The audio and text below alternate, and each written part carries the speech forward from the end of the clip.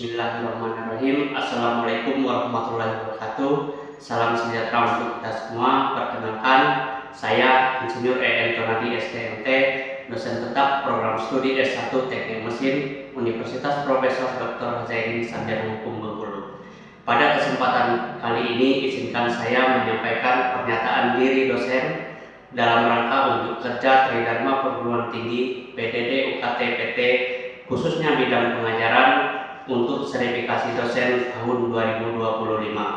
Pada kesempatan kali ini, saya akan menjelaskan mata kuliah yang saya ampu, yaitu mata kuliah Mekanika Fluida 1.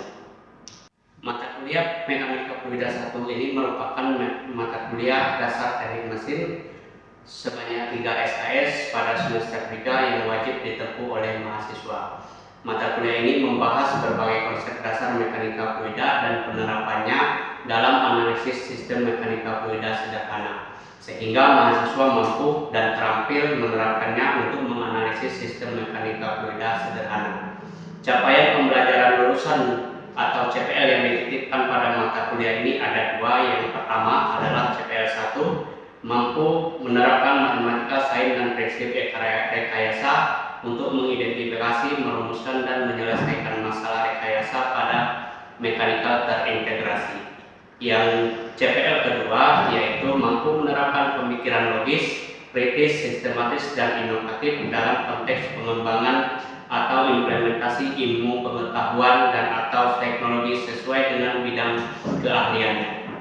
Kemudian capaian pembelajaran mata kuliah yang diharapkan pada mata kuliah ini meliputi yang pertama CPM kelas 1, mahasiswa mampu memahami konsep-konsep dasar fluida, memahami sifat dan persamaan fluida statik, dinamik, dan kinematik, kemudian memahami dasar analisa volume atur dan diferensial pada fluida, kemudian prinsip analisa dimensional dan similaritas, prinsip dan persamaan untuk aliran dalam pipa dan aliran luar, kemudian menghitung dan mencari sifat-sifat fluida, menggunakan persamaan dasar dan analisa pada analisa volume atur dan diferensial, kemudian menggunakan analisa dimensional dan similaritas. Mahasiswa dapat menggunakan persamaan-persamaan dan prinsip-prinsip dasar dalam analisa aliran dalam pipa dan aliran luar. Kemudian CPM K2, mahasiswa dapat memberikan penjelasan secara sistematis dan jelas. Kemudian CPM K3,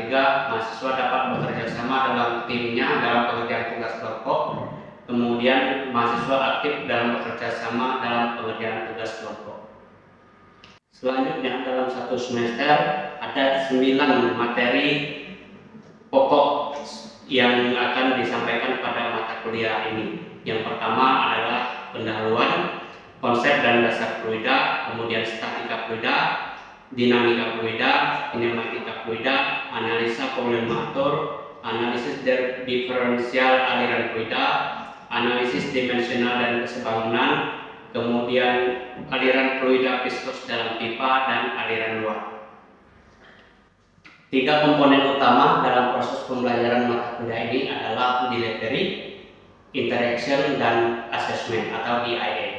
Untuk delivery, saya akan memberikan materi dan RPS yang dapat diakses langsung oleh mahasiswa, yaitu di e-learning Unihas, yaitu ada unihas.ac.id. Kemudian penyampaian materi di kelas, presentasi interaktif secara tatap muka untuk meningkatkan pemahaman mahasiswa. Kemudian interaction berupa diskusi di kelas, tanya jawab, dan kerja kelompok bersama mahasiswa. Kemudian untuk asesmen pada mata kuliah ini meliputi asesmen formatif berupa pengerjaan soal, kuis, tugas terstruktur, kemudian baik secara individu maupun secara berkelompok, kemudian penilaian sikap dan keterampilan. Asesmen sumatif berupa ujian tengah semester dan ujian akhir semester. Model pembelajaran yang digunakan pada mata kuliah ini meliputi discovery learning, project based learning, dan metode presentasi, serta pengerjaan soal-soal latihan yang akan diberikan pada setiap pertemuan.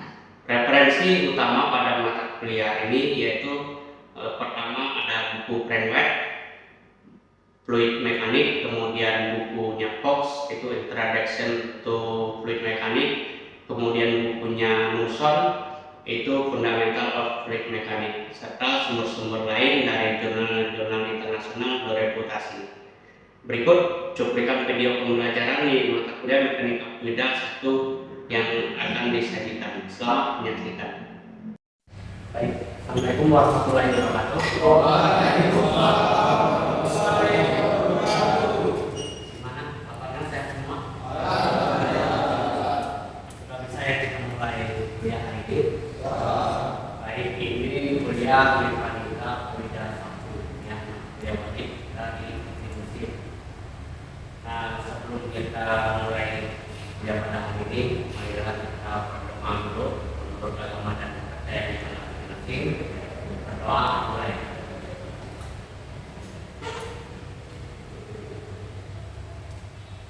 Berdoa selesai.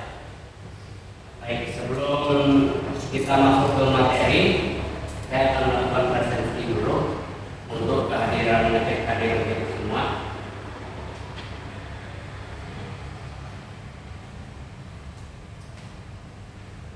Muhammad Akbar Ridho ada dulu. Latif Iksan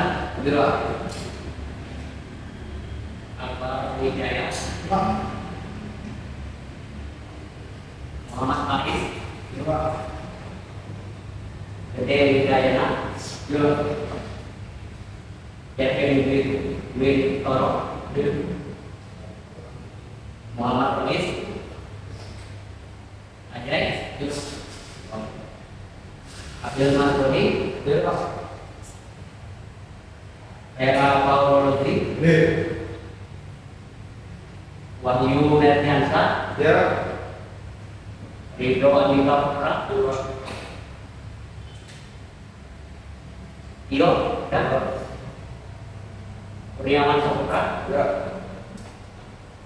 Oti Aliansa, Ayah Hebo, Muhammad Iban,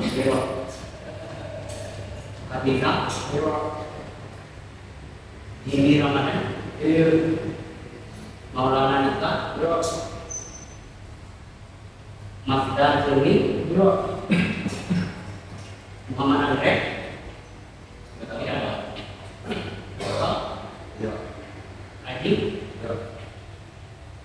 Adi ada, Suryani, ada yang belum kita sebut, benar, siapa? Dua, lewat, motif itu dari mana? Motif apa? Baik, ini adalah pertemuan pertama mata kuliah Mekanika Fluida 1. Mata kuliah Mekanika Fluida ini ada dua ya. Tiga ada di pelajaran tiga dan dua di pelajaran 4. Nanti satu semester ke depan kita akan mempelajari ini sebagai pendahuluan, kemudian topiknya ada capital fluida, dinamika fluida, dinamika fluida, kemudian analisis formulator, kemudian analisis diferensial aliran fluida, kemudian analisis dimensional aliran fluida viskos dan pipa dan aliran pipa. Nah, sebagai referensi nanti akan dapat membaca buku itu bukunya Fox dan Framework, kemudian buku Muson ada 3 buku, nanti bisa dicari di perpustakaan. Sejarah mungkin ini sudah pernah dengar di SMA ada namanya hukum Archimedes ya, hukum Archimedes. Hukum Archimedes ini beliau dikenal juga sebagai pakar mekanika fluida. Jadi pada tahun 287 sampai dengan 212 sebelum Masehi beliau hidup. Jadi saat itu beliau diminta oleh raja untuk mengecek sebuah mahkota. Apakah mahkota ini murni emas atau ada peraknya? karena raja meragukan. Si Archimedes pusing gimana membuktikan. Akhirnya karena pusing memikirkan bagaimana membuktikan bahwa kota ini murni emas atau mengandung perak, maka beliau mencelupkan diri ke dalam bak mandi umum. Ketika dia mencelupkan diri ke bak mandi umum, dia melihat ada air yang tumpah karena dia masukkan badan, kemudian air itu tumpah. Dari situ dia mendapat ide untuk membuktikan bahwa volume benda yang dimasukkan ke dalam air kemudian tumpah itu sama dengan berat benda yang dicelupkan. Jadi dia menimbang, kemudian dia mendapatkan hasil bahwa mahkota ini tidak murni emas, mengandung perak. Akhirnya yang membuat ini dihukum oleh raja seperti itu. Itu sejarah daripada wanita pemuda ini berasal dari hukum Archimedes. Ya, nanti silakan mengerti buku ini lebih lanjut. Kemudian pengertian mekanika fluida. Mungkin fluida kita sudah lihat, sudah sangat familiar, sudah sehari-hari kita bersinggungan dengan mekanika fluida. Itu fluida adalah substansi yang dapat mengalami deformasi secara kontinu atau mengalir di bawah pengaruh tegangan geser. Ya, di bawah pengaruh tegangan geser. Nah, kalau ada solid, kalau sudah dalam bentuk es, ya, kemudian ada liquid dalam bentuk cair atau air, kemudian ada fluida dalam bentuk gas. Kira-kira seperti inilah struktur molekul fluida. Ketika dia dalam bentuk solid, rapat seperti ini. Ketika dalam bentuk liquid, dia akan sedikit merenggang, ya. Kemudian kalau dalam bentuk gas, dia akan bertabrakan atau tidak beraturan lagi seperti itu. Nah, apa hubungannya dengan tegangan geser? Seperti gambar di atas ini, misalnya ini sebuah fluida. Fluidanya dalam bentuk solid tadi. Ketika kita berikan tegangan geser, misalnya ini sebuah berat, kita tarik sebesar daya F, maka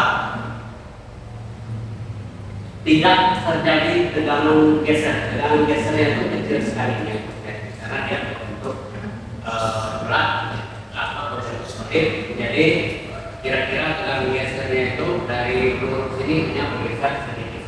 Artinya kalau pada itu beda kan, kalau misalnya tarik, kita tarik akan berbeda. Ini dia, ya. Misalnya ini fluida kita taruh di bawah, kemudian kita kasih plug, kemudian plug ini kita geser ke kanan sebesar daya F, misalnya, itu ya yang tadinya fluidanya lurus seperti ini akan mengalami pergeseran, dan pergeseran itu, tegangan geser itu akan mengalami secara kontinu sebesar daya F yang diberikan. Jadi itu kemudian menjadi T2 dan T1 dan T2 itu tegangan geser yang akan dialami oleh fluida. Kemudian apa yang dimaksud dengan mekanika fluida? Jadi mekanika fluida adalah cabang ilmu rekayasa yang mempelajari masalah daya dan energi yang dibangkitkan oleh fluida, baik dalam keadaan diam maupun dalam keadaan bergerak.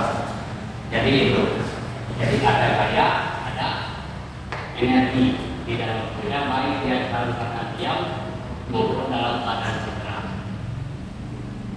Kita pernah lihat misalnya fluida bergerak pada begini. Air misalnya untuk menggerakkan turbin itu dia dalam keadaan bergerak. Kemudian fluida ini digolongkan menjadi dua, ya. Ingat itu ada cairan, ada gas. Saya kira ini sudah khatam dari fisika di semester 1 kemarin maupun di SMA. Misalnya seperti es, kemudian ini fluida cair, kemudian ini fluida gas. Yang ini ya, misalnya kita ngerti, kemudian uap kopi itu adalah berbentuk gas. Ya. Apa yang paling membedakan antara cair dan gas? Kalau cair itu tidak bisa dimanfaatkan. Kalau gas bisa atau dalam bahasa lain incompressible dan compressible. Apa yang membedakan lagi antara fluida cair dan gas atau berbentuk cairan? Yang pertama adalah kalau cairan dia akan mengikuti bentuk dari tempat di mana cairan tersebut akan ditempatkan. Kalau misalnya kita taruh di gelas seperti ini, dia ikut seperti gelas ini. Ya. Kalau kita taruh di dalam wadah baskom yang lebar, dia akan mengikuti bentuk baskom. Kemudian yang tadi kita sebutkan bahwa cairan tidak bisa dikompres atau incompressible. Kemudian untuk uap itu dia akan memenuhi seluruh ruangan gas atau dimanapun di mana dia berada. Misalnya di kopi dia akan atau dalam memenuhi seluruh ruangan ini. Ya pokoknya memenuhi. Kalau kita lihat ke dalam balon dia akan memenuhi seluruh ruang balon. Gitu. Kemudian apa ini pembedanya? Mampu dimanfaatkan. Artinya bisa kita tekan, ya, bisa kita kompres. Karena yang sebesar ini kita kompres bukan ke dalam kompresor, bisa seperti ini. Ini SMP SMA sudah belajar sekali masalah dimensi dasar, kemudian sistem satuan dan dimensi turunan. Nah, misalnya panjang sebenarnya apa ya? Ada yang bisa kemudian masa M kilogram, kemudian waktu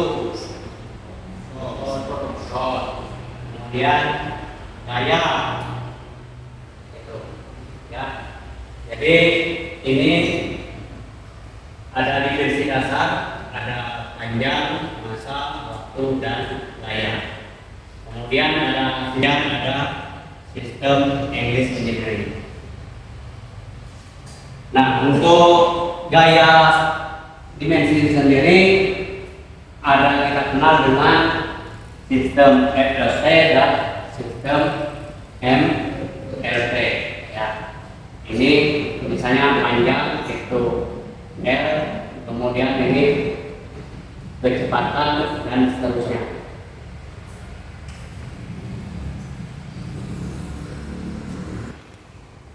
Temperatur itu Kelvin, ya, itu untuk satuan internasional. Kemudian satuan massa itu kilogram atau kg, kemudian satuan daya itu newton, kemudian satuan panjang meter, satuan energi joule, kemudian berat suatu massa itu adalah misalnya W sama dengan G, itu G-nya 9,8 meter per sekon. Ya, itu untuk gravitasi. Nah, satuan temperatur itu kita kalau di kita lebih kenal dengan apa? Celsius. Oke, kalau misalnya kita diterapkan misalnya 100 derajat Celcius, kita belum paham itu air mendidih panas. Tapi kalau kita ditanya 100 Kelvin, belum tentu, karena yang paling familiar dengan kita itu adalah Celsius. Kemudian untuk satuan gravitasi Inggris itu satuan massa dia menggunakan Flat, ya. Kemudian satuan temperatur menggunakan Fahrenheit dan Kelvin. Sering dengar kan? Kemudian kalian tinggal hitung sendiri, terus apa 10.000 kaki berapa kilometer bawah. Oke. Kemudian untuk gravitasi dia menggunakan kaki per sekon. Kemudian untuk waktu menggunakan detik.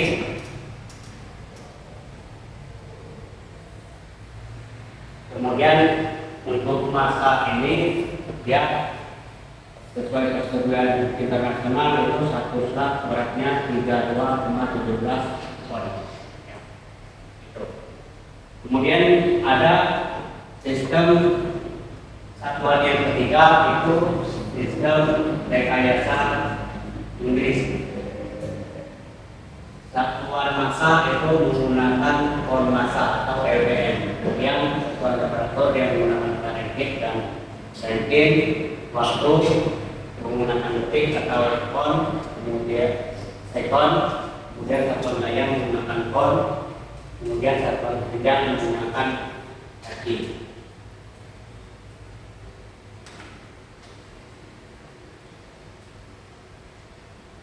Kemudian ada kita kenal dengan massa jenis atau perangkat massa. Massa fluida itu persatuan fluida itu bergantung pada tekanan temperatur standar, ya. Satuannya kilogram per meter kubik atau ton massa per kaki kubik, ya. Nah, ini contohnya untuk rapat massa air ini lambangnya itu 1000 kg per meter kubik atau 62,4 ton per kaki kubik. Kemudian untuk air asam misalnya itu 13.600 kg per meter kubik atau 8.846 ton massa per kaki kubik. Nah, ini misalnya, jadi rumusnya itu rho delta M per delta T. Nah, ini misalnya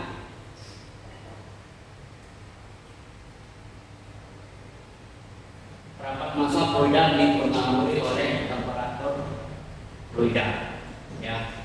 Ini misalnya air nih. Rapat massa air pada temperatur 0 itu sebesar 900 sekian, ya. Ya kan? Apa kalian bisa baca ini? Nah, ketika suhunya naik ke misalnya 100 derajat Celcius mendidih kalau air. Nah, itu massa jenisnya atau rapat massanya berubah menjadi 960 sekian. Oke, ada perubahan sedikit itu untuk air, khusus air. Kalau fluida air akan berbeda. Satuannya adalah kilogram per meter kubik atau newton per meter kubik atau ton daya per kaki kubik. Berat spesifik adalah berat per satuan volume. Berat jenis adalah rasio perapatan fluida dengan perapatan air pada suhu Ini artinya tergantung suhu. Ini satuannya tidak ada. Contohnya gravitasi spesifik air itu sama dengan 1. Kemudian gravitasi spesifik air raksa itu sama dengan 13,5. Dari rho air raksa itu misalnya 13,55 kali 1,9 per kaki kubik. Di gambar ini air itu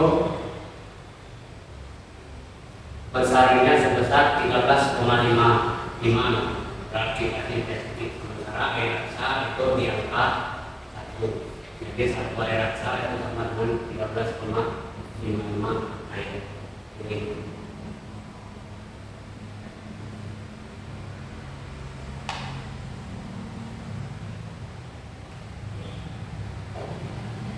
Selanjutnya adalah terkait dengan viskositas. Apa itu viskositas? Ada yang masih ingat?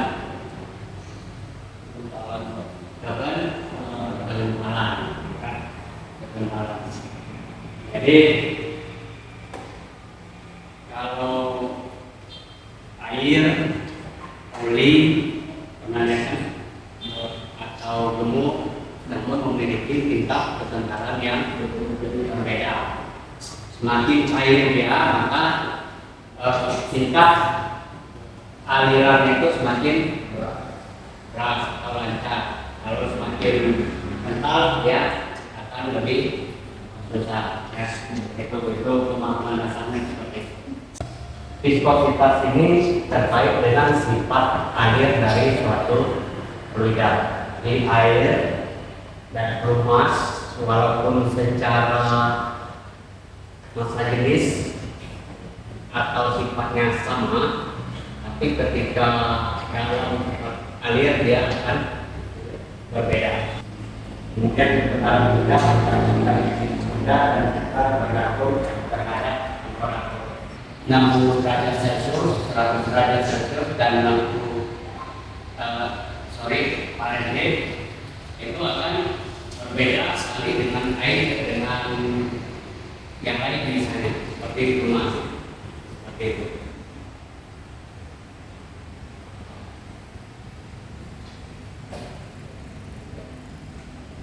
Jadi viskositas itu terkait dengan sifat air daripada fluida. Nah, itu saya kira pertemuan kita hari ini. Nanti silakan materi lengkap ini akan di-upload di pada, kemudian tugas kita ditemukan di pada kira seperti itu. Kita jumpa lagi minggu depan. Kemudian saya harapkan materi minggu depan bisa dipelajari di pada, sehingga minggu depan kita akan lebih lagi dalam perkuliahan ini. Untuk hari ini kita akhiri. Assalamualaikum warahmatullahi wabarakatuh.